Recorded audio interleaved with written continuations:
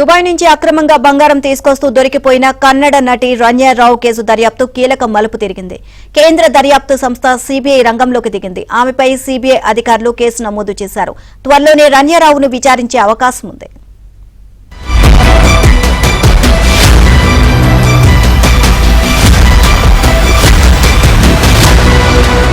Gold smuggling చేస్తూ దొరికిపోయింది కన్నడ నటి రణ్యారావు. ఇప్పటికే ఆమె నుంచి 2.06 కోట్ల విలువైన ఆభరణాలు, 2.67 కోట్ల నగదుతో సహా మొత్తం 17.56 కోట్ల విలువైన బంగారు బిస్కెట్లను డిఆర్ఐ అధికారులు స్వాధీనం చేసుకున్నారు.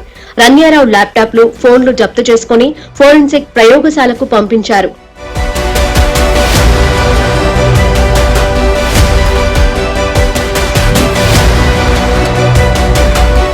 ప్రస్తుతం డిఆర్ఐ అధికారుల కస్టడీలోనే ఉంది రణ్యారావు. అక్కడి విచారణ అనంతరం సిబిఐ అధికారులు అదుపులోకి తీసుకునే అవకాశం ఉంది.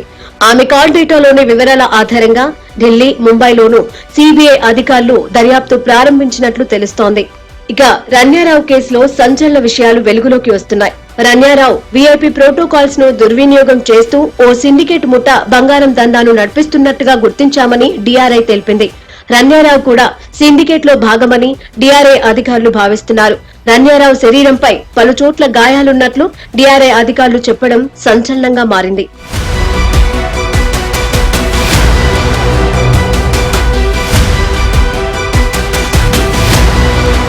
మరోవైపు రణ్యారావుకు చెందిన ఒక ఫోటో ఇప్పుడు సోషల్ మీడియాలో వైరల్ అవుతోంది.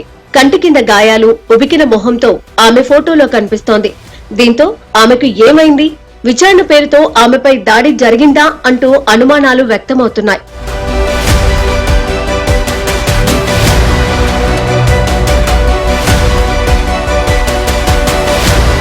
తాను తరచూ దుబాయ్, అమెరికా, యూరప్ వెళ్లేదానాన్ని డిఆర్ఐ విచారణలో రణ్యారావు అంగీకరించినట్లు సమాచారం.